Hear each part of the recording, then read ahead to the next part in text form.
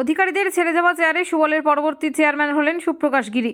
অধিকারীদের খাসতালুক কাঁথি পৌরসভা নির্বাচন হয়, যদিও সেই নির্বাচন নিয়ে নানান প্রশ্ন তুলেছিল পদ্ম শিবির।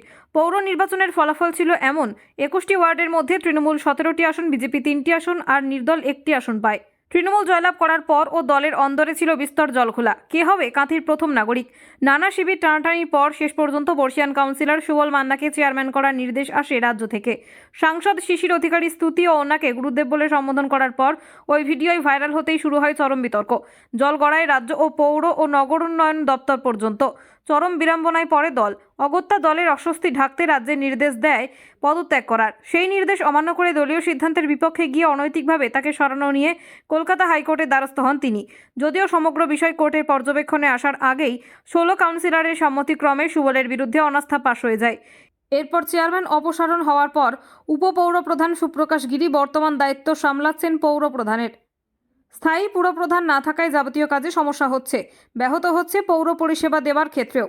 তাই রাজ্যের নির্দেশে এদিন বিশেষ বৈঠকের দলের হুইপ মতোই ঘোষণা হলো কাঁথি পৌরসভার নতুন চেয়ারম্যান হলেন সুপ্রকাশ গিরি আর ভাইস চেয়ারম্যান হলেন নিরঞ্জন মান্না।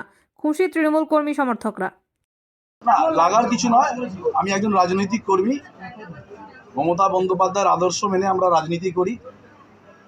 আজকে কাঁথি পৌরসভায় আমাদের নেত্রী, বাংলার মুখ্যমন্ত্রী, এই বাংলার নবরূপকার, তার নির্দেশে এবং আমাদের নেতা সেনাপতি অভিষেক বন্দ্যোপাধ্যায়ের নির্দেশে আমাকে যিনি এত বড় গুরু দায়িত্ব দিয়েছেন, আমি প্রথমেই আমাদের নেত্রীকে আমি প্রণাম জানাই যে আমার মতো একদিন তুচ্ছ কর্মীকে তিনি বেছে নিয়েছেন, এই দায়িত্ব সামলানোর ভার দিয়েছেন। আমি চাইব যে আমাদের যারা নির্বাচিত কাউন্সিলর আছেন, তৃণমূল কংগ্রেসের জোড়া ফুলের প্রতীকে নির্বাচিত যারা রয়েছেন, তাদের প্রত্যেককে সাথে নিয়ে আগামী দিনে এই কাঁথি পৌরসভাকে একটা মডেল পৌরসভা, এবং আমরা বসবো আজকে দায়িত্ব নেওয়ার পরেই, এখনই আমি বলতে পারবো না যে আগামী দিনের কি প্ল্যান পরিকল্পনা আছে। নিশ্চিতভাবে প্রত্যেকের মনে একটা প্ল্যান পরিকল্পনা থাকে যে আমরা দায়িত্ব পেলে বা দল আমাদের দায়িত্ব দিলে আগামী দিনে আমরা দলকে যেমন সমৃদ্ধ করব, দলকে যেমন মানুষের কাছে পৌঁছে দেব, কিন্তু আমাদের কাজটা সহজ হয় এই কারণেই যে আমাদের নেত্রীর নাম মমতা বন্দ্যোপাধ্যায়, আমাদের বাংলার মুখ্যমন্ত্রীর নাম মমতা বন্দ্যোপাধ্যায়। তিনি প্রায় উন্নয়নের 70-80% কাজ তিনি নিজের হাতে করে দেন। সাধারণ মানুষের সার্বিক উন্নয়ন এবং সাধারণ মানুষকে কিভাবে আরও ভালো রাখা যায় সেটার কাজ তিনি করে দেন, এবং সেইটাকে বাস্তবায়িত করার কাজ হচ্ছে তার সৈনিকদের, তার কর্মীদের। আমরা সেই কাজই করব এবং আগামী দিনে আপনারা দেখতে পাবেন যদি কোনো জায়গায় এই পৌরসভাকে কেন্দ্রে আপনারা দেখেছেন বহু জায়গায় মানুষের অধিকারকে লুণ্ঠিত করা হয়েছে, মানুষের বিভিন্ন প্রকল্প উন্নয়নকে বিভিন্ন রকমভাবে ঘুরিয়ে দেখানো হয়েছে।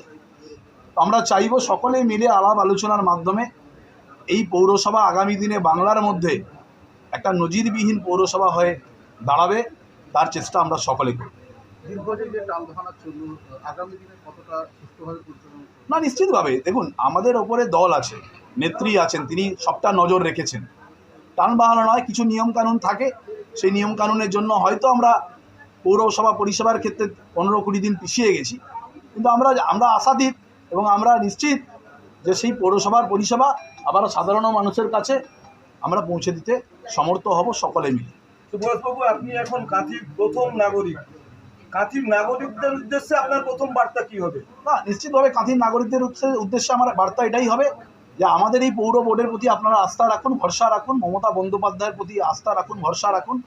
আমাদের যেরকমভাবে আপনারা বলবেন আমরা আমাদের যথাসাধ্য চেষ্টা করব মানুষকে পরিষেবা দেওয়ার, বিভিন্ন উন্নয়নমূলক কাজকে মানুষের দুয়ারে পৌঁছে দেওয়ার আমরা চেষ্টা করব, এবং আমাদের যারা কাউন্সিলররা আছেন প্রত্যেকেই আমরা জনসংযোগের মাধ্যমে মানুষের অভাব অভিযোগের কথা শুনব, মানুষের কি কি প্রয়োজন, একদম সেই প্রয়োজনকে প্রায়োরিটি অনুযায়ী আমরা তার বিশ্লেষণ করে তার পূরণ করার চেষ্টা করব।